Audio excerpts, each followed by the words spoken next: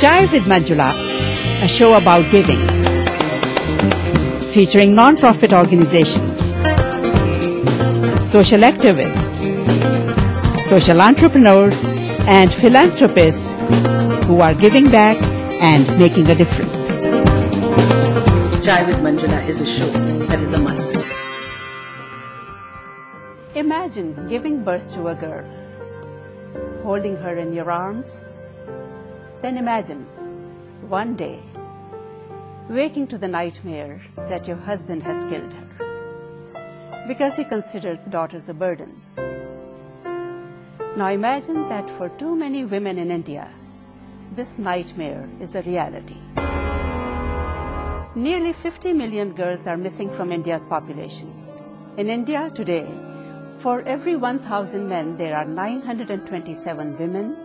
In some regions, the ratio goes down to 590 women for every 1,000 men. Welcome to Chai with Manjula.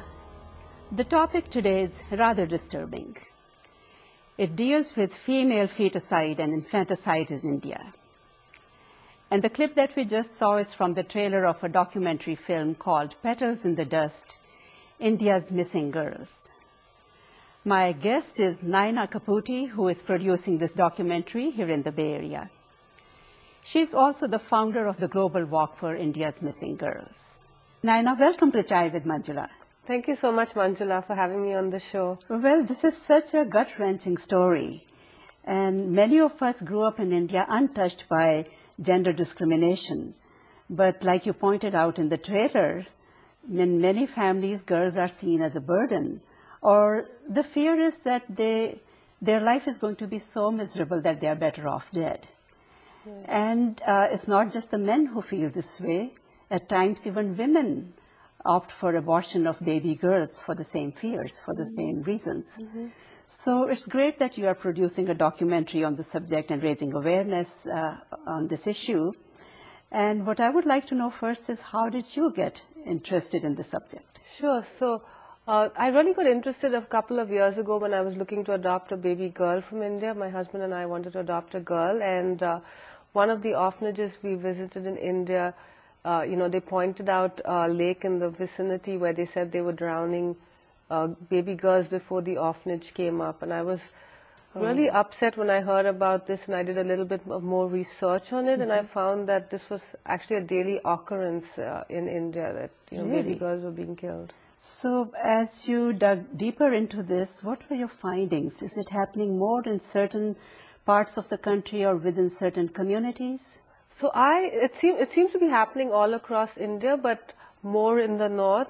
Delhi, Punjab and Haryana seem to have really higher incidence of female foeticide and infanticide. Mm-hmm. And it doesn't just happen among the poor. Even the educated and wealthy seem to have like this desire to have sons and will have their daughters aborted. Mm-hmm. That is surprising. That's really Right, surprising. right. So how did you think of producing a documentary?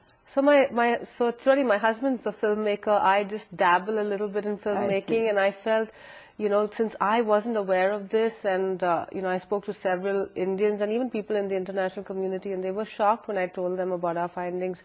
And I said I need to create awareness, and media seems to be the most powerful way to do this. And since I have access to filmmaking through my husband, we should do a documentary film. So that's why, we're producing Petals in the Dust. Uh-huh. Yeah, that's a beautiful name, Petals in the Dust, India's Missing Girls. And which different aspects of the issue do you plan to cover in this documentary? So the main focus is on female foeticide and infanticide, but I also want to show, non-profits and activists that are working to, abolish this. Want to show organizations that empower the girl child and women. Also try and bring about some discussion about the solutions. So, that's the goal, and maybe a little bit about the consequences that are being faced by Indians because of this gender imbalance. Talking about the NGOs. Right. Which are some of the top NGOs addressing this issue, and what is the government doing? What is being done in the country to address this issue? I know the government's making some effort. Our Prime Minister Manmohan Singh has 2 or 3 daughters, I believe. 3 daughters. 3 daughters, okay. And I know he has, addressed, different groups of women and, in general made statements about how this is like a blot on, the Indian population having this female infanticide and feticide. And I know they've started a few schemes like the Cradle scheme where people can leave their baby girls outside hospitals or, orphanages. But it's not really having the kind of effect it should have. I see. Forgot the other question. Okay, and what about the NGOs? Okay, so there are, I've done some amount of research on NGOs in India, but I think many of them may not be as tech savvy as we would like them to be. So when you Google, NGOs working with female infanticide and feticide, not too many NGOs show up online. But when we were in India shooting our trailer, I did meet with a few NGOs. I met with a women's organization called Vimochana, which has done a lot of work to, kind of fight this issue. They do advocacy work. They send in pregnant women as decoys with hidden cameras to clinics, where they're disclosing the sex of the baby. And then there's another organization called CREST, which, pays for the school fees of women who have girl children and are not able to, educate their daughters on their incomes. And there's a home in Kadapa, which is called RC Home, which takes in abandoned baby girls and educates them, provides them with, a home, and when they grow up, they even help them find jobs. So you have looked into it quite thoroughly and done your research. And what did you find were the reasons behind this? So there seem to be many reasons behind this, desire to only have sons. One of the biggest ones seems to be the dowry. Even though dowry is banned in India, people are still asking for dowry no matter what their education or their status in society. And so that's one reason. The other is the 2-child policy. Then there's this belief that, if when a person dies, if the funeral pyre is not lit by their son, they will not go to the next life. I see. And then, of course, that the son is the breadwinner of the family. So if we have a daughter, we have to feed her, and she's not going to bring anything, back to the family to support them. And when people get old, they usually stay with their sons, not with their daughters. And there's no social security in India. Right. So parents feel, how are we going to look after ourselves if we only have daughters? So it's several reasons rolled into one. Right. Social, religious, and cultural, socioeconomics play a role here. Right. And what do you hope to accomplish through the documentary? So there's several goals through the documentary. The first one is, of course, creating awareness. If you don't create awareness, how will people even want to do something about it? Awareness is the key. Absolutely. And I also wanted to be like an educational film, but a kind of interesting educational. So the goal is to get every school in India to screen this documentary, make it almost like mandatory that they screen the documentary. And I'm hoping through this, by highlighting non-profits and activists, that, the international community will come forward and, support these non-profits, maybe, provide more funding, or maybe, start something else in India. But, we need to awaken the international community and the Indian community as well. As it stands now, are there any international organizations involved in this already? The UN, I know, does some amount of work, and, I know that they have done various projects on this. But again, from what I've looked online, there doesn't seem to be a non-profit in the US or anywhere else in the West that is like working to stop female feticide and infanticide in India, which is actually really a genocide. 7,000 baby girls being killed every day is huge.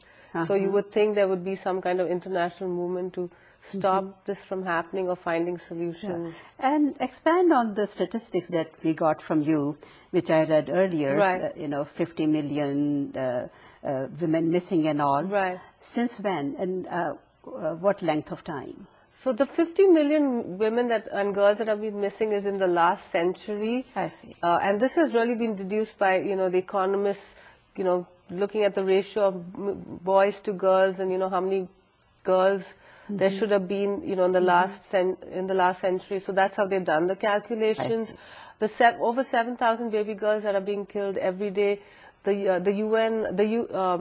UNICEF did a report in December 2006, and they had published this, that there were 7,000 baby girls being eliminated, and this is what is being reported. There may be so many cases of baby girls being killed in remote parts of India. So right. Well, this is quite shocking, and one can't help wonder, what is the solution to such a complicated and deep-rooted problem? So have you ever given a thought to that? Sure, because I'm very pro-adoption. For me, I think adoption could be one solution, especially when people are giving birth to their daughters and then, discarding them, throwing them to garbage cans, or killing them.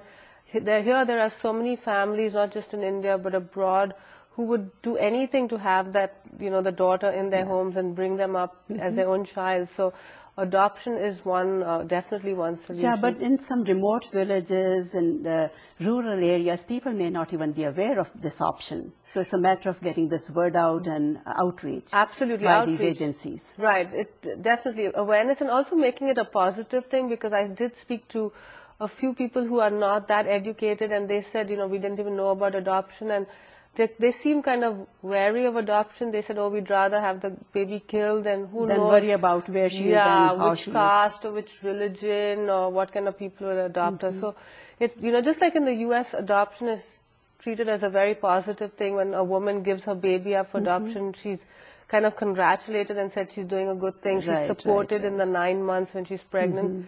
Maybe something like that. And of course, educating our youth. They are the future parents, of India. So they need to realize the value of the girl child, and we are no different from, boys. Okay, and then again, empowerment of women will certainly help, and empowerment comes through education. So education of women is very important. Right.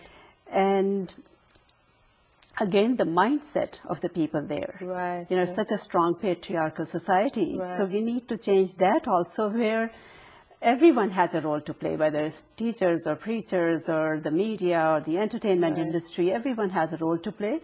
And it's ironic that women themselves can play a key role in it. Right. So many times we see women suffering at the hands of women when dowry is concerned and all that. So if women raise sons and daughters as equals, that will be a start. And as mothers-in-law, if they treat their daughters as daughters-in-law as their daughters, that's a start. So women should also take a close look at it and take charge of the situation and act on it. Very good point, Manjula. I totally agree with you. Right. Before we go further, let's see another clip from the trailer of Petals in the Dust, India's Missing Girls. There are many Indias. There is a very progressive India, there's a very backward India, there's a very enlightened India, there's a very primitive India. I think women also find spaces and roles and responsibilities which are very, very different in each one of these Indias. India is a country of paradoxes. We have a country which has produced Indira Gandhi, a prime minister who studied in Cambridge, but we still have in the villages 40 to 50% of the women are illiterate, and they are taken out from young age because they are girls. Many homes also you can see the first preference will be given to the boy child. Even when they are giving to the same education, he will be given a vehicle, she will be traveling in a bus. एक लड़का रहा तो मेरे को मदद करेगा तो कमा के दिएगा कर मेरी नसीब में 4 भी लड़कियां थे. The man has always been the breadwinner of the family, and the thought and the concept of a woman being able to play that role is still very alien. And I guess that's the reason why even middle-class families and educated families still are sort of caught up with this sort of son mania, or whatever you might call it. If you go a little bit further into the religious dogmas, even in terms of the death of a parent, a man or woman would not go to heaven or would not be allowed to move on to the next world unless his son lit the funeral pyre. From the time a girl is born, the first thought is marriage and dowry. The very survival of the woman in the matrimonial home is subject to the kind of dowry she brings, is subject to the kind of gifts she keeps on producing and giving, and her whole right to life revolves around this. So no one wants to invest in a girl. So today what we are really witnessing is a genocide. In the name of technology, female fetuses are being terminated. You have now in modern clinics in the city the practice of sex determination and then the killing of the female fetus. Now this is illegal. It is strongly banned and strongly discouraged. It is a criminal offense.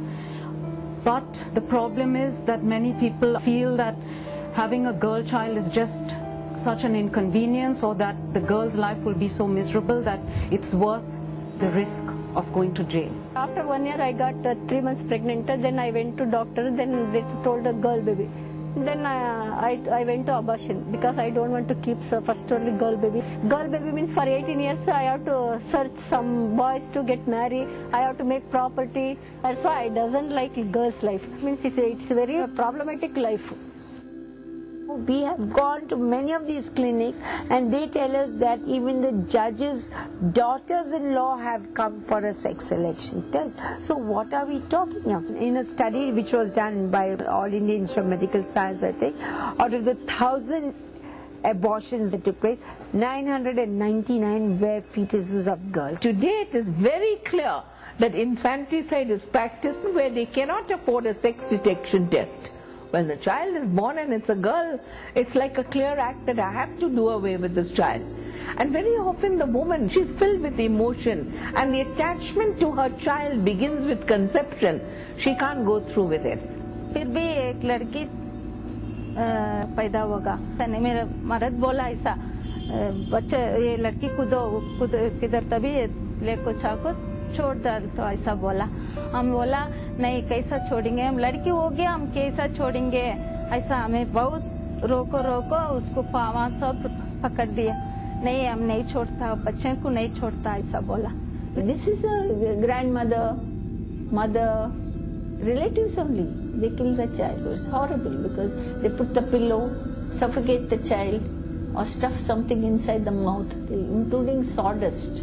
नहीं फिर भी मेरे friend का पास वो चावल खाए देखो, वो मुंह में डाल को वो उसको डाल दिया, मेरे को मालूम नहीं है. फिर मेरे हस्बैंड को पूछा किधर बच्चे, ऐसा बोला, वो बोला मर गया. It's time that we took the problems of women seriously. We hold up half the sky and we get maybe 10% of the share of the world.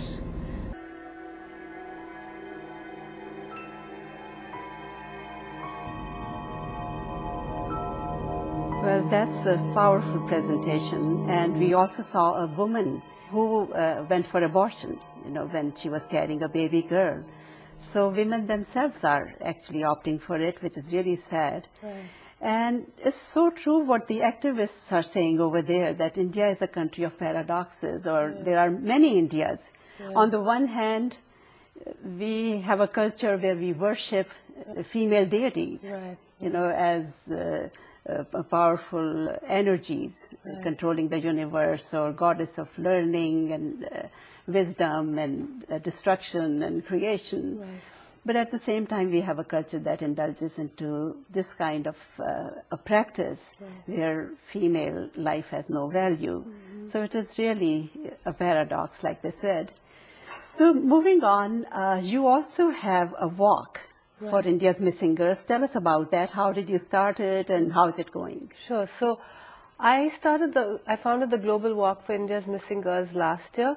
So, I'm fundraising for the documentary, and I know it's going to take a while to get the film completed. And since this is such an issue that is so burning in my heart, I felt I needed to do something else while I'm, working on the documentary. And I felt, how about doing something at the grassroots level, which does not involve too much money or time, and just get a group of people together to walk. And if I do it here in the US, since I'm living in San Francisco, I would like to do one here. But if I can find Indians all over the world to also organize walks in their city, we would be able to make a statement. So last year in March, on the occasion of International Women's Day, I had the walk in San Francisco, and 6 other cities across the world participated. We had a walk in Kuwait, Australia, and then a few cities in India. And it's your initiative? It's my initiative, and I just used social media really to find all these people. Yeah. And how many cities this year are going to participate? This year, it's actually, as of now, it's 16, and it's still growing. We have 2 weeks left, and how many countries? It's 4 countries. It's India, the US, Canada, and Dubai. I see, yes. I see. Yes. So once again, sitting over here in the US, what do you hope to accomplish through the walk? Through the walk? So first of all, by walking all over the world, and I know it's only 4 countries now, but I'm sure it's going to get even bigger. You're making a statement, you're getting people to see, hey, this is not just one little city in India that's walking. There are people all over the world that care about girls in India, that care about what's happening. And, giving voice to all these women. Yeah. So it doesn't matter. You could be, you could be Indian, you could be, any nationality, but you're coming together for the most vulnerable and innocent, lives in India that are being lost every day. And for the women in India who are either organizing walks or participating in the walk, it is so supportive to them to know that there are, people in the US walking for them, there are people in Canada walking for them. So and basically raising awareness and showing your support. Right, absolutely. And, last year we had a woman, she was a Caucasian woman who participated in the walk in San Francisco. She was so moved by this whole cause that she said, when I go back to India next time, I'm going to spend a couple of months in an orphanage that looks after baby girls, and I'm going to help them. So, it's having an impact. You're already making a difference. Yes. So if more people want to start walks in their area, how do they go about it? So they can, they can either go to the website, which you had mentioned already, or they can send an email to walkindiasf@gmail.com, and, I would get in touch with them. Right now, I'm the contact person for this walk, so, and then I would send them the information. A great initiative. And what message do you have for our viewers out there, and what kind of support can they give you? How can they help you? So, the documentary film needs to be made because I believe it's going to be a very powerful voice for the girls and women in India. So, right now I have all the interviews and everything lined up. I'm just not able to make it because of funding. So, I am looking for funding for this film, so people can go to the website. I'm doing a fundraiser in May in San Francisco, so that's another option. People can come for that. And just spread the word. I mean, it's not just about money. It's also, people just becoming aware of what's going on. Right. It's a great cause, and I thank you very much for coming by, Nyna, and wish you all the best. And I commend your efforts, and I hope more and more people will join you and raise their voice against this heinous practice. Thank you so much, Manjula. It's been a pleasure being on your show, and thank you for your support. You're welcome. For more information about our guest, Nyna Caputi, and her work, you may go to petalsindethedust.com. And you may watch this show again at childwithmanjula.org. Now, a new segment of our show where we honor artists who lend their talent to support social causes. Today's artist is Nandini Kanhare, a Kathak dancer in the Bay Area, and we present a short piece of her performance.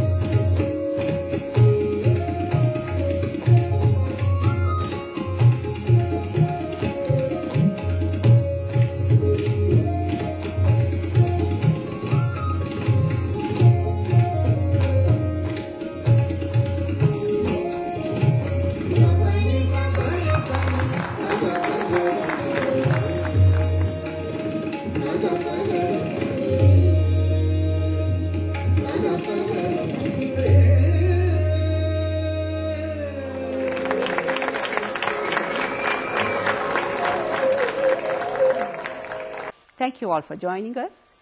I'll be back with another inspiring story about giving and people making a difference. For Chai with Manjula, I'm Manjula Gupta. See you next time.